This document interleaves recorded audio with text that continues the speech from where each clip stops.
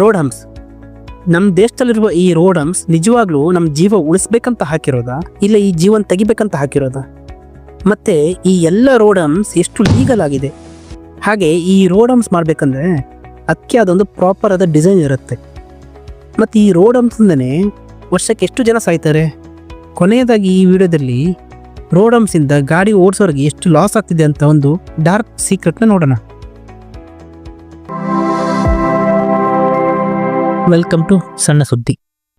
Road humps ಅಥವಾ ಈ speed breaker ಅಂದರೆ ರೋಡಲ್ಲಿ ಹೋಗ್ತಾ ಇರುವ ಗಾಡಿಯ ಸ್ಪೀಡನ್ನು ಸ್ವಲ್ಪ ಕಡಿಮೆ ಮಾಡಲಿಕ್ಕೆ, ಫುಲ್ ನಿಲ್ಲಿಸ್ಲಿಕ್ಕಲ್ಲ, ಜಸ್ಟ್ ಸ್ಪೀಡ್ನ ಕಡಿಮೆ ಮಾಡಬೇಕಂತಾರೆ. ಆದರೆ ಈ ಸ್ಪೀಡ್ ಬ್ರೇಕರ್ ನಮಗೆಲ್ಲ ಹೇಗಾಗಿದೆ ಅಂದರೆ ಇದು ನಮ್ಮ ಬೋನ್ ಬ್ರೇಕರ್ ಆಗಿದೆ. ಈ ಸ್ಪೀಡ್ ಬ್ರೇಕರ್ ಎಲ್ಲಿ ಅಂದರೆ ಅಲ್ಲಿ ಮತ್ತು ಹೇಗೆ ಬೇಕಂದ್ರೆ ಹಾಗೆ ಹಾಕುವಾಗಿಲ್ಲ. ಈ ರೋಡ್ ಹಂಪ್ ಇದೆಯಲ್ಲ, ಇದು ಹೀಗೆ ಇರಬೇಕಂತ ಹೇಳಿ IRC ಅಂದರೆ ಇಂಡಿಯನ್ ರೋಡ್ ಕಾಂಗ್ರೆಸ್ ಇವರ ಒಂದು ಗೈಡ್ಲೈನ್ಸ್ ಇದೆ. ಎಲ್ಲ ಹಂಪು ಈ ಗೈಡ್ಲೈನ್ಸ್ನ ಫಾಲೋ ಮಾಡಬೇಕು. ಬಟ್ ಆದರೆ ನಮ್ಮ ದೇಶದಲ್ಲಿ ಈ ರೂಲ್ಸ್ನ ಯಾರೂ ಹೆಚ್ಚಾಗಿ ಫಾಲೋ ಮಾಡಲ್ಲ. ಇನ್ನೂ ಇದರಲ್ಲಿ ಶಾಕಿಂಗ್ ವಿಷಯ ಅಂದರೆ ನಮ್ಮ ದೇಶದಲ್ಲಿರುವ 98% ರೋಡ್ ಹಂಪ್ ಯಾವುದು ಈ ಗೈಡ್ಲೈನ್ಸ್ನ ಫಾಲೋ ಮಾಡ್ತಾ ಇಲ್ಲ. ಅಂದರೆ ಇದು ಯಾವುದು ಲೀಗಲ್ ಅಲ್ಲ. ಈಗ ನಾವು ನಿಜವಾಗಿಯೂ ಈ ರೋಡ್ ಹಂಪ್ IRC ಗೈಡ್ಲೈನ್ಸ್ ಪ್ರಕಾರ ಹೇಗಿರಬೇಕಂತ ನೋಡೋಣ. IRC ಗೈಡ್ಲೈನ್ಸ್ ಹೇಳೋ ಪ್ರಕಾರ ಒಂದು ರೋಡ್ ಹಂಪ್ 3.7 ಮೀಟರ್ ಅಗಲ ಇರಬೇಕು, ಅಂದರೆ 12 ಫೀಟ್ ಅಗಲ. ಮತ್ತು ಇದರ ಹೈಟ್ ಬಂದು 0.10 ಮೀಟರ್ ಹೈಟ್ ಇರಬೇಕು, ಜಾಸ್ತಿ ಹೈಟ್ ಇರಬಾರ್ದು. ಹಾಗೆ ಈ ಹಂಪ್ನ ಮೇಲ್ಗಡೆ ವೃತ್ತಾಕಾರ ಇದೆಯಲ್ಲ, ರೇಡಿಯಸ್, ಇದು 17 ಮೀಟರ್ ರೇಡಿಯಸಲ್ಲಿ ಇರಬೇಕು, 17 ಮೀಟ್ರು.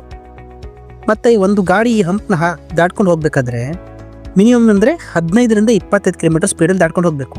ಈ ಥರ ಇದ್ದರೆ ಒಳಗಡೆ ಕೂತಿರೋ ಯಾವ ಪ್ಯಾಸೆಂಜರ್ಗೂ ಆಗಲಿ ಡ್ರೈವರ್ಗೂ ಅನ್ಕಂಫರ್ಟೇಬಲ್ ಫೀಲ್ ಆಗಲ್ಲ. ನಿಜವಾದ ರೋಡ್ ಹಂಪ್ಸ್ ಅಂದರೆ ಈ ಥರ IRC ಗೈಡ್ಲೈನ್ಸ್ನ ಫಾಲೋ ಮಾಡಿರಬೇಕು. ಬಟ್ ಆದರೆ ನಮ್ಮ ದೇಶದಲ್ಲಿ ಖಾಲಿ ಟೋಟಲ್ 2% ಹಂಪ್ ಮಾತ್ರ ಈ ಥರ ಇದೆ. ಮಿಕ್ಕುಳಿದ ಎಲ್ಲ ಹಂಪ್ಸ್ ಕೂಡ ಒಂದು ಒಳ್ಳೆ ಬೆಟ್ಟನ ಕಡಿದು ರೋಡ್ ಮೇಲೆ ಇಟ್ಟರೆ ಹೇಗಿರುತ್ತೆ ಹಾಗಿರುತ್ತೆ. ಈ ಥರದ ಲಾಜಿಕ್ಲೆಸ್ ಹಂಪ್ ಮಾಡೋಕ್ಕೋಸ್ಕರನೇ ನಮ್ಮ ದೇಶದಲ್ಲಿ ಒಂದು ವರ್ಷಕ್ಕೆ ಅಂದಾಜು ಒಂದು 10,000ಕ್ಕಿಂತ ಜನ ಜಾಸ್ತಿ ಸಾಯ್ತಾರೆ. ಅದರಲ್ಲೂ ಹೆಚ್ಚಾಗಿ ಈ ಬೈಕ್ ಸವಾರರೇ ಜಾಸ್ತಿ. ಮತ್ತು ಈ ಮಳೆಗಾಲ ಟೈಮಲ್ಲಿ ಇದು ಜಾಸ್ತಿಯಾಗಿ ಆಕ್ಸಿಡೆಂಟ್ ಆಗೋದು ಈ ಹಂಪಲ್ಲೇ. ರೂಲ್ಸ್ ಪ್ರಕಾರ ಈ ಹಂಪ್ನ ಮೇಲೆ ಒಂದು ಝೀಬ್ರಾ ಕ್ರಾಸ್ ಕಂಪಲ್ಸರಿ ಹಾಕಲೇಬೇಕು. ಮತ್ತು ಅದ್ರ ಜೊತೆಗೆ ಈ ನೈಟ್ ರಿಫ್ಲೆಕ್ಟರ್ ಇದೆಯಲ್ಲ, ಅದನ್ನು ಕೂಡ ಕಂಪಲ್ಸರಿ ಹಾಕಲೇಬೇಕು. ಬಟ್ ಆದರೆ ಈ 2 ರೂಲ್ಸ್ನು ಯಾರು ಜಾಸ್ತಿ ಫಾಲೋನೇ ಮಾಡಲ್ಲ. ಈ ರಾತ್ರಿ ಟೈಮಲ್ಲಿ ಹಂಪ್ ಹಾರಿದ ಮೇಲೆ ಗೊತ್ತಾಗೋದು ಇಲ್ಲೊಂದು ಹಂಪ್ ಇತ್ತಂತೇಳಿ ನಮಗೆ.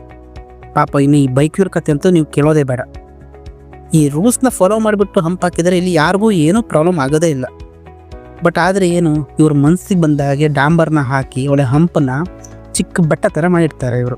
ಈ ಹಂಪನ್ನು ನಮ್ಮ ಮನಸ್ಸಿಗೆ ಬಂದಾಗೆ ಎಲ್ಲಿ ಬೇಕಂದ್ರಲ್ಲಿ ಹಾಕೋಗಿಲ್ಲ.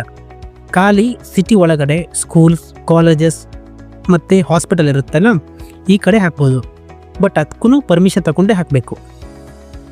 ಅದು ಅಲ್ಲದೆ ಈ ಹಂಪ್ ಇರೋದ್ರಿಂದ ಒಂದು 40 ಮೀಟರ್ ಮೊದಲೇ ಈ ಸೈನ್ ಬೋರ್ಡ್ ಕೂಡ ಹಾಕಬೇಕು ಹಂಪ್ ಇದೆ ಅಂತ ಹೇಳಿ. ಈಗ ನಾವು ಈ ಹಂಪಿನ ಒಂದು ಡಾರ್ಕ್ ಸೀಕ್ರೆಟ್ ಬಗ್ಗೆ ತಿಳ್ಕೊಳ್ಳೋಣ. ಇದು ಖಾಲಿ ನಿಮ್ಮ ಟೈಮ್ ಪಾಸಿಗೆ ಹೇಳ್ತಿರೋದಲ್ಲ, ಒಂದು ರಿಯಲ್ ರಿಸರ್ಚ್ ಆಗಿ ಅದರಿಂದ ಪ್ರೂವ್ ಆಗಿರೋದು. ಈ ಹಂಪಿಂದ ನಮ್ಮ ಗಾಡಿಗೆ ಎಷ್ಟು ಮೈಲೇಜ್ ಡ್ರಾಪ್ ಆಗುತ್ತೆ, ಅದರಿಂದ ನಮ್ಗೆ ಎಷ್ಟೆಷ್ಟು ಫ್ಯೂಯಲ್ ಲಾಸ್ ಆಗುತ್ತೆ ಅಂತ ನೋಡೋಣ. ಇವಾಗ ಒಂದು ಬೈಕ್ನ ಎಕ್ಸಾಂಪಲ್ ತಗೊಂಡು ನೋಡೋಣ. ಒಂದು ಆ್ಯಾವ್ರೇಜ್ ಬೈಕು ಆ್ಯಾವ್ರೇಜ್ ಸ್ಪೀಡಲ್ಲಿ ಹೋಗ್ತಾ ಇದ್ದರೆ, ಆ ರೋಡಲ್ಲಿ ಯಾವುದೇ ಥರದ ಹಂಪ್ ಇಲ್ಲ ಅಂತ ಹೇಳಿದ್ರೆ ಆ ಬೈಕ್ನ ಮೈಲೇಜ್ ಬಂದು 51 ಕಿಲೋಮೀಟರ್ ಆಗಿರುತ್ತೆ. ಬಟ್ ಅದೇ ರೋಡಲ್ಲಿ ತುಂಬ ಹಂಪ್ ಇದ್ದರೆ, ಅಂದರೆ 540 ಮೀಟ್ರಿಗೆ ಒಂದು ಹಂಪ್ ಅಂತ ಥಿಂಕ್ ಮಾಡಿದರೆ, ಆ ಬೈಕ್ನ ಮೈಲೇಜ್ ಬಂದು 45 ಕಿಲೋಮೀಟರ್ ಆಗಿರುತ್ತೆ. ಟೋಟಲ್ 13% ನಮ್ಮ ಫ್ಯೂಯಲ್ ಈ ಹಂಪಿಂದನೇ ವೇಸ್ಟ್ ಆಗಿರುತ್ತೆ. ಹಾಗೆ ಈಗ ಒಂದು ಕಾರಿನ ಎಕ್ಸಾಂಪಲ್ ತಗೊಂಡು ನೋಡೋಣ. ಒಂದು ನಾರ್ಮಲ್ ಆ್ಯಾವ್ರೇಜ್ ಕಾರು ಅದರ ಮೈಲೇಜು 17 ಕಿಲೋಮೀಟರ್ ಇರುತ್ತೆ. ಯಾವಾಗ ಅಂದರೆ ಆ ರೋಡಲ್ಲಿ ಯಾವುದೇ ಥರದ ಹಂಪ್ ಇಲ್ಲ ಅಂತ ಹೇಳಿದರೆ. ಬಟ್ ಅದೇ ರೋಡಲ್ಲಿ 6 ಮೀಟ್ರಿಗೆ ಒಂದೊಂದು ಹಂಪ್ ಇದ್ದರೆ ಆ ಕಾರ್ನ ಮೈಲೇಜ್ ಬಂದು 10 ಕಿಲೋಮೀಟರ್, ಅಂದರೆ ಒಟ್ಟು 7 ಕಿಲೋಮೀಟರ್ ಲಾಸ್ ನಮಗೆ. ಅಂದರೆ ಒಟ್ಟು 68% ಫ್ಯೂಯಲ್ ಈ ಹಂಪಲ್ಲೇ ಹೋಗುತ್ತೆ. ಇದು ಕ್ಯಾಲ್ಕುಲೇಷನ್ ಬಂದು 100 ಕಿಲೋಮೀಟರ್ಗೆ. ಹಾಗೆ ಇಲ್ಲಿ ನಾವು ಬರೀ ಕಾರ್ ಮತ್ತು ಬೈಕಿಗೆ ಎಷ್ಟು ಲಾಸ್ ಆಗ್ತಿದ್ರೆ, ಇನ್ನು ಥಿಂಕ್ ಮಾಡಿ ಈ ಬಸ್ಸು ಮತ್ತು ಟ್ರಕ್ಕಿಗೆ ಎಷ್ಟು ಲಾಸ್ ಆಗುತ್ತೆ ಅಂತೇಳಿ. ಪಾಪ ಈ ಯೆಲ್ಲೋ ಬೋರ್ಡ್ ಡ್ರೈವರ್ಸ್ಗೆ ಈ ಥರ ಹಂಪ್ ಸಿಕ್ಕಿದ್ರೆ ಅವ್ರ ಕತೆ ಮುಗೀತೆ. ಯಾಕಂದರೆ ಪಾಪ ದುಡಿಯೋ ದುಡ್ಡು ಅರ್ಧ ಟೋಲ್ ಮತ್ತು ಟ್ಯಾಕ್ಸ್ಗಂತಲೇ ಹೋಗಿರುತ್ತೆ.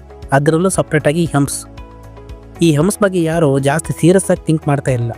ಬಟ್ ಆದರೆ ಇದೊಂದು ನಿಜವಾದ ಕಹಿ ಸತ್ಯ. ಈ ಸ್ಪೀಡ್ ಬ್ರೇಕರ್ಗೆ ಇನ್ನೊಂದು ಆಲ್ಟರ್ನೇಟಿವ್ ಅಂದರೆ ರೋಡ್ ರಂಬಲ್ಸ್. ಇದು ಗಾಡಿಯ ಸ್ಪೀಡನ್ನು ಕಡಿಮೆ ಮಾಡುತ್ತೆ ಮತ್ತು ನಮ್ಗೆ ಯಾರಿಗೂ ಜಾಸ್ತಿಯಾಗಿ ತೊಂದರೆನೂ ಆಗಲ್ಲ. ಈ ವಿಡಿಯೋ ನಿಮಗೆ ಇಷ್ಟ ಆಗಿದೆ ಅಂತ ತಿಳ್ಕೊಳ್ತೀನಿ. ಹಾಗೆ ಇನ್ನೂ ಹೆಚ್ಚು ಇದೇ ಥರ ಮಾಹಿತಿಗಾಗಿ ನಮ್ಮ ಚಾನಲ್ನ